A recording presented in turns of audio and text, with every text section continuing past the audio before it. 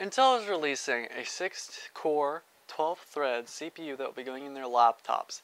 The clock speed will be 0.1 gig, or the boost clock speed will be 0.1 gigahertz faster than the current desktop equivalent, the 8700K. So I want to make today's video to also talk about not only this processor, but the other line of processors in these top tier kind of situations that Intel will be releasing in these next month or so for the, as I said, for the laptop line.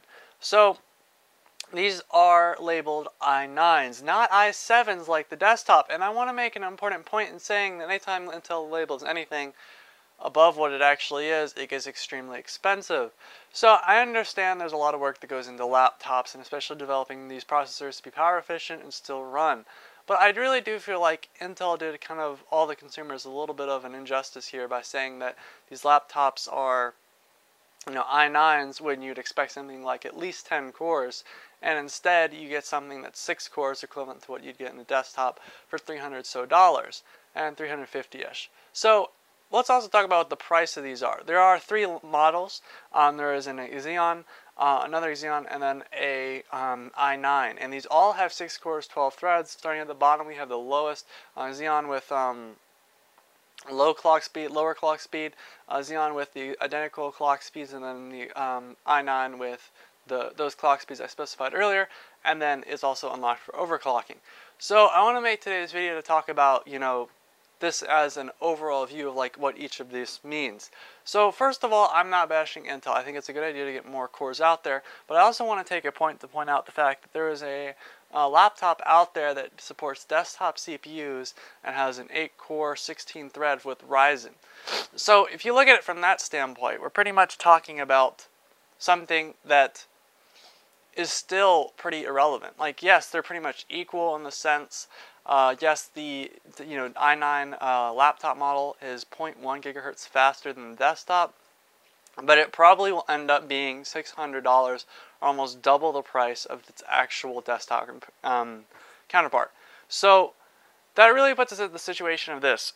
Really, I understand desktops and laptops are very, difficult to produce differently. They're hard to, develop these processors. I've already said this.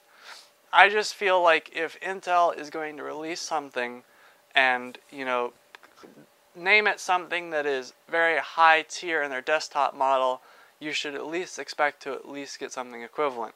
I mean, Ryzen did a good job, and especially, I forget what this individual laptop is, but it allows you to put a desktop CPU in a laptop, which is unheard of.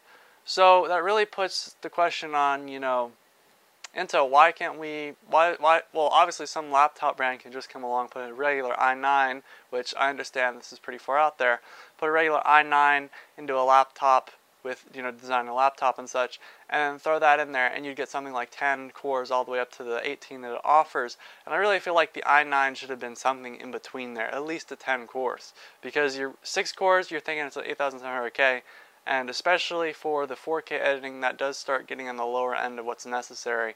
And most, people that are going to be using the i9 high-end laptops are not going to be getting these high-end processors just for gaming at all. They're going to be doing it for workstation tasks. And so it really answers the question, if you're, video editing in 8K, that's what most films are shot in now.